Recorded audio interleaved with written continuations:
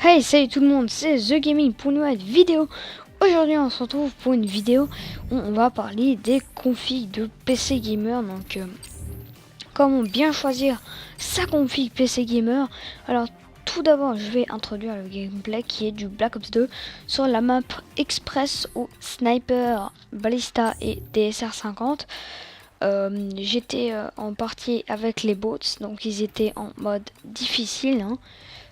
Donc voilà, vous verrez qu'ils sont forts, qui rigolent pas. Voilà, alors déjà on va commencer par qu'est-ce qu'il faut choisir comme prix, comme pièce, qu'est-ce qu'il ne faut pas faire, qu'est-ce qu'il faut faire. Ceci est très important. Alors déjà de une, il faut éviter les PC portables gamer. Pourquoi? Parce que ils tourneront moins bien que les PC fixes, ils sont plus chers et surtout vous ne pourrez pas changer les pièces dedans, ce qui veut dire que si votre Alienware portable gamer que vous avez payé 1200 € et qu'il a un problème et que vous n'avez plus de garantie, et ben vous l'avez dans le cul. Excusez-moi de l'expression, mais c'est comme ça. Alors déjà de une, il faut aussi à peu près éviter, après vous faites comme vous voulez, il faut à peu près éviter les configs prémontés en magasin de grande surface du type la Fnac, tout ça. Bon, moi j'habite en Suisse, donc c'est Mediamart, Interdiscount, Fust, et en France c'est la Fnac, Micromania, tout ça, vous voyez quoi. Et ben il faut à peu près éviter ça parce qu'ils vous font payer un peu plus cher les pièces. Donc au lieu de payer à peu près 1000 € de config, vous payerez 1200, 1300. Bon, c'est pas très grave si vous voulez pas monter un PC ou choisir l'option montage qui coûte quand même une centaine d'euros. Et ben faites ce que vous voulez à ce niveau-là, mais ce serait un peu dommage de perdre quelques centaines d'euros. Alors après aussi ce qu'il faut éviter c'est les configs de grandes marques de type Alienware, tout ça, vous voyez lesquels. Vous voyez je pense de quoi je parle. Du style les Alienware Aurora, c'est pas vraiment, c'est pas top. Pourquoi c'est pas top, vous allez me dire. Ouais, mais pourquoi c'est pas top? Et ben c'est pas top parce que déjà de une, vous devrez absolument payer très cher la config. Vous devrez payer du style je sais pas, vous payez 2000 € un PC et ce sera 1300 € de config et à peu près 700 à 500 € qui ira dans les poches d'Alienware. Donc c'est à retenir. Bon, après vous faites comme vous voulez. Après, comme Alienware, ce qui serait bien d'acheter, c'est en occasion. Après, vous faites comme vous voulez. Alors déjà, je vais vous dire pour les configs PC, on va commencer à peu près par ce qui est basique. Alors le lecteur CD. Alors le lecteur CD, ne vous faites pas chier à prendre un lecteur Blu-ray, un lecteur de CD normal ou un graveur, ça fera très bien l'affaire. Il n'y a pas besoin de prendre un lecteur Blu-ray. Bon, après, si vous voulez regarder des films dans votre chambre, que ce soit Seigneur des Anneaux, Harry Potter ou je ne sais quoi, et ben vous pouvez. Puis si vous les avez qu'en Blu-ray, et ben achetez un lecteur Blu-ray, mais autrement ça ne sert à rien vu que ça fait pareil, juste que ça dit les Blu-ray en plus. Donc vous avez à peu près compris pour les lecteurs CD. Et puis ça sert pas plus que mettre plus de 30 € dans un lecteur CD, hein. Franchement je vous dis, c'est pas ça, c'est moins important dans une config PC. Bon, après vous faites ce que vous voulez encore, chacun ses goûts et ses couleurs. Alors aussi maintenant on va passer au disque dur et au SSD. Alors qu'est-ce qu'un disque dur? Un disque dur, c'est ce qui va vous permettre de stocker vos vidéos, vos jeux, vos photos de famille, etc., etc. Donc vous voyez quoi. Alors, eh ben, les disques durs, si vous êtes un youtubeur et vous avez pas mal de jeux, prenez au minimum 1 Tera. Après, c'est vous pouvez prendre 2 Tera, mais après 2 Tera, vous êtes à l'aise, mais après, faut pas prendre plus ni prendre un peu moins. 1 Tera c'est le minimum, mais avec 1 Tera et 500 Go, vous êtes quasiment super confortable. Alors ne prenez pas 4 Tera, ça ne servira à rien, à part si vous gardez vos vidéos, mais perso ça sert un peu à rien, à part de garder celles qui ont bien marché. Mais franchement, ça sert un peu à rien parce que de toute façon les vidéos, même si vous faites des gameplays, vous les montez, tout ça, et ben vous les gardez dans votre disque dur pendant à peu près 3 à 1 semaine, mais pas plus. Vous n'allez pas garder une vidéo pendant 4 ans non plus, donc c'est temporaire. Donc ça ne sert à rien de prendre 4 Tera. Bon, après si vous avez 3 Tera et que vous faites c'est clair que si vous faites YouTube, vous jouez, vous faites de la photo, alors là vous faites ce que vous voulez.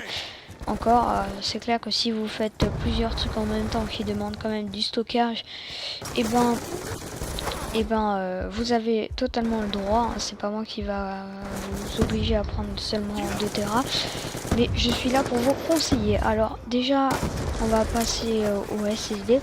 Alors le SSD, c'est ce qui sert à mettre le système d'exploitation ou vos jeux et à lancer vos jeux et à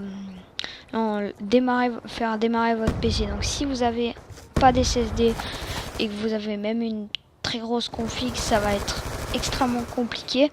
Enfin, ça va être lent, surtout au démarrage.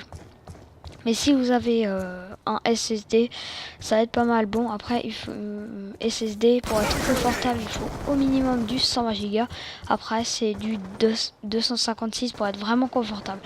Vous voyez quoi. Alors maintenant, nous allons passer à la carte mère. Donc la carte mère, c'est ce qui va, comment dire, abriter la RAM et le processeur. Alors la carte mère, il faut regarder quel format elle a. Donc si c'est pour les Intel, les AMD, donc ça c'est pour le processeur. Quel socket est là, si c'est du micro ATX ou pas. Bref, ça faut regarder parce que ce serait un peu con de recevoir sa config et que le processeur ne passe pas sur la carte mère. Donc voilà.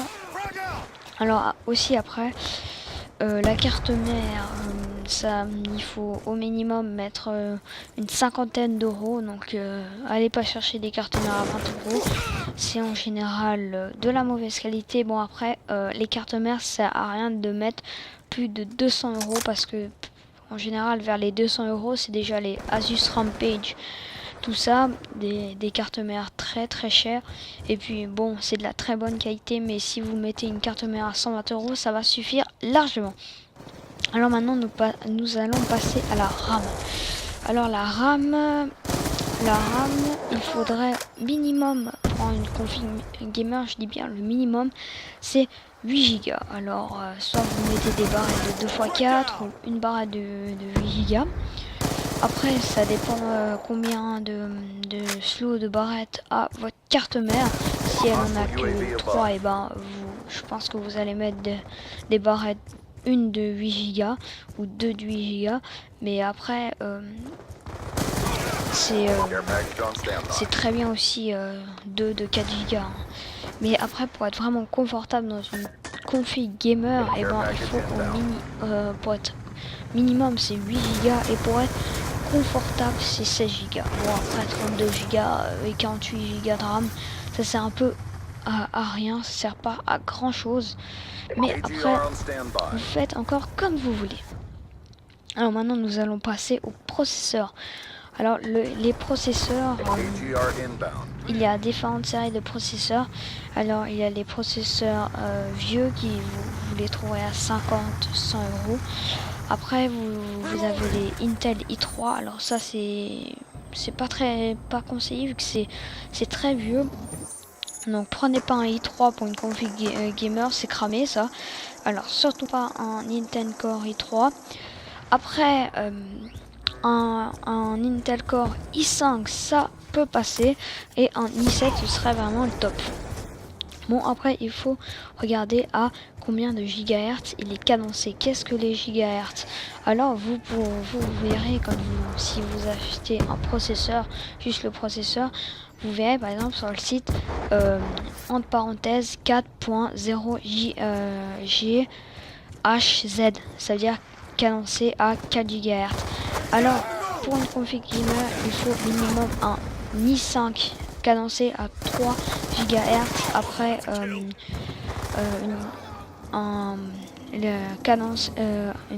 un processeur recommandé, ce serait un i5 cadencé à 3,3 recommandé, franchement, pour être assez à l'aise, pour que le montage passe bien, tout ça.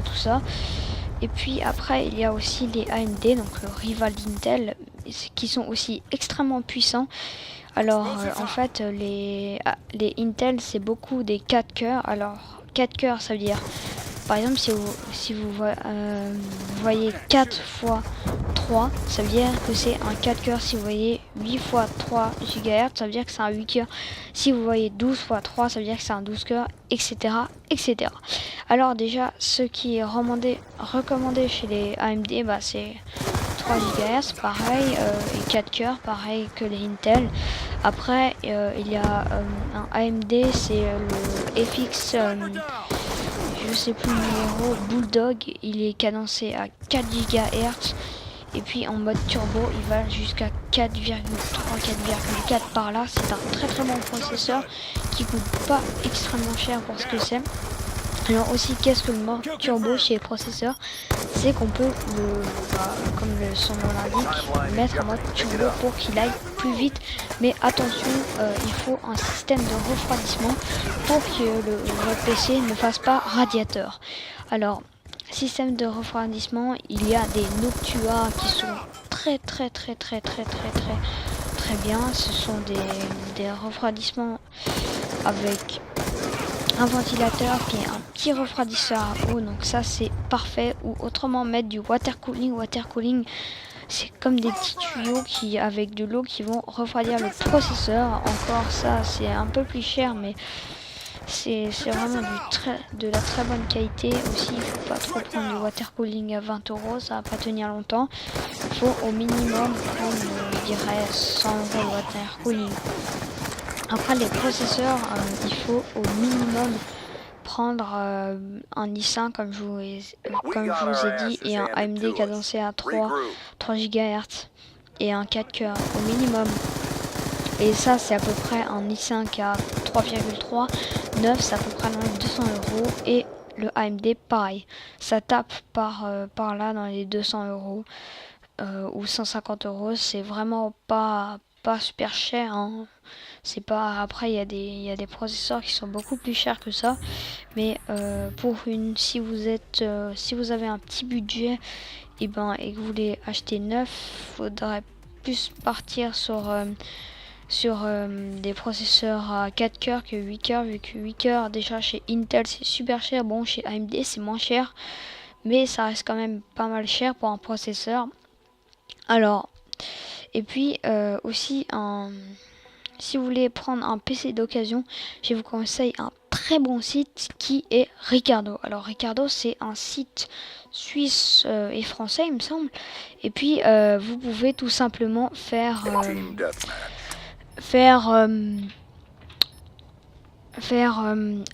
le mot m'échappe, placer des offres et faire des achats directs. Alors un achat direct, c'est qu'on peut, on l'achète direct. Le vendeur pose un prix, par exemple il pose un prix 1000 € pour un bon PC, ce sera un achat direct. Donc vous l'achetez direct ou vous placez une offre pour essayer de l'avoir moins cher. Alors l'acheteur par exemple, soit il commence l'offre à 0 €, soit il commence l'offre à 30 €, il fait comme il veut, soit il peut commencer l'offre, il dit au minimum 500 €. Après par exemple il y a quelqu'un qui met 5 francs, après il y en a un autre qui met 5 francs, après ils vont tous renchérir, puis chacun, celui qui aura la meilleure offre et quand le temps sera dépassé, et celui qui aura la meilleure offre et aura le PC. Donc voilà, petite parenthèse, très bon site. Il y a des PC gamers pack d'occasion neuf aussi, BC, franchement allez faire un tour, c'est un très bon site. Alors maintenant nous allons parler des alimentations. Alors c'est quoi l'alimentation? L'alimentation c'est ce qui va permettre, comme son nom l'indique, d'alimenter toute votre machine. Alors si vous avez même une petite config, il faut au minimum une alimentation de 600 watts. Après, c'est clair que si vous avez une grosse config, allez plutôt chercher du 800 à 1000 watts. Bon, 1000 watts, c'est largement suffisant. Et aussi, si vous êtes écolo, et ben prenez une alimentation 80 plus bronze, ça va descendre la consommation en électricité. Donc c'est ceux qui veulent pas trop gaspiller d'électricité, bah, prenez une alimentation 80 plus bronze. Bon, c'est un peu plus cher, mais ça vaut quand même la peine. Moi je m'y connais parce que mon PC, parce que mon père, avant il montait des PC, tout ça, donc il m'a beaucoup expliqué, j'ai beaucoup de regarder de tutos sur internet, tout ça. Et puis bah à la fin de l'année je vais en acheter un, notamment sur Ricardo, d'occasion, essayer d'avoir une bête de guerre pour faire des meilleures vidéos, parce que là mon PC il rame un peu, mais ça va, il est encore pas mal. Mais c'est un PC portable, il est très bien pour aller sur internet ou comme ça, mais autrement disons qu'il chauffe un peu et puis qu'il rame un peu, mais autrement aucun souci à signaler. C'est un très bon PC, mais pour les vidéos c'est pas recommandé. Voilà, encore une petite parenthèse. Alors maintenant nous allons parler des boîtiers. Donc le boîtier c'est ce qui va abriter votre configuration. Donc le boîtier, franchement faut après ça c'est vraiment vous qui choisissez le design. Si vous voulez un grand boîtier où il y a des tout petits boîtiers que vous pouvez mettre sur votre bureau de couleur master, vous pouvez aller voir, il y a Big Tower et puis les petites tours, je sais plus comment ça s'appelle, mais c'est pas en anglais, c'est pas Big Tower ou Petite Tower en anglais, ne vous inquiétez pas, mais je sais plus comment ça s'appelle. Mais ce sont des petites tours qui abritent la config. Bon, elles sont assez larges parce que comme elles sont rétrécies, elles sont plus larges. Donc ce qui est normal, mais ça prend moins de place.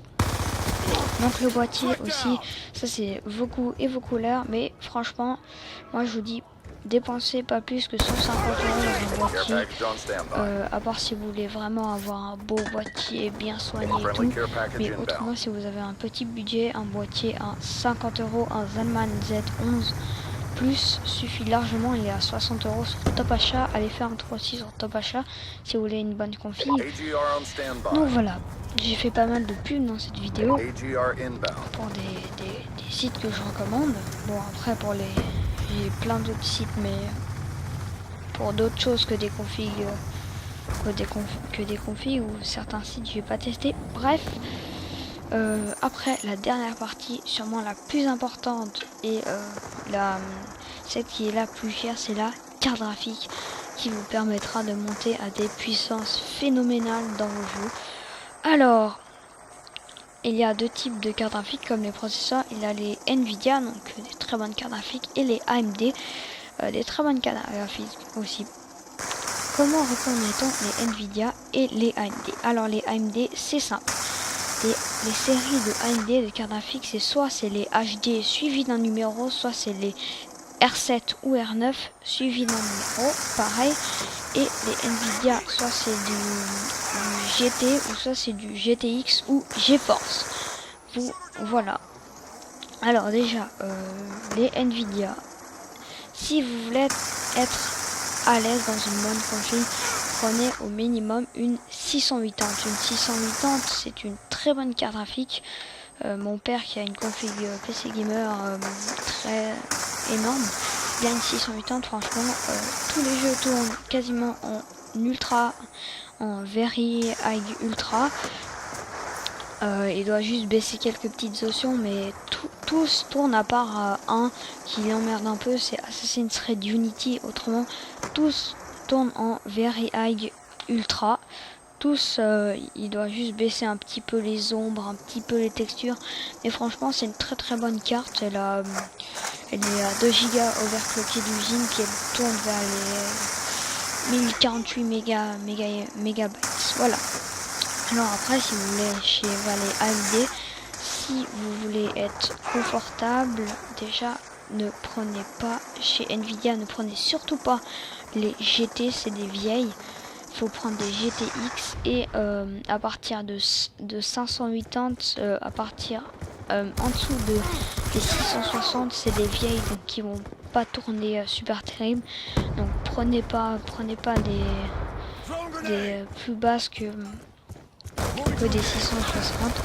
Et puis un truc à ne pas faire, c'est tous les 80, les cartes graphiques si vous voulez. Il y a les bref, par exemple dans la série de 700 à 800, il y a la 710, la 720, la 730, la 740, la 750, la 760, la 770, la 780. La 780, c'est toujours les grosses séries qui se finissent par 80. Par exemple, 580, 680, 780, 880 et la 980 qui est sortie il n'y a pas très longtemps.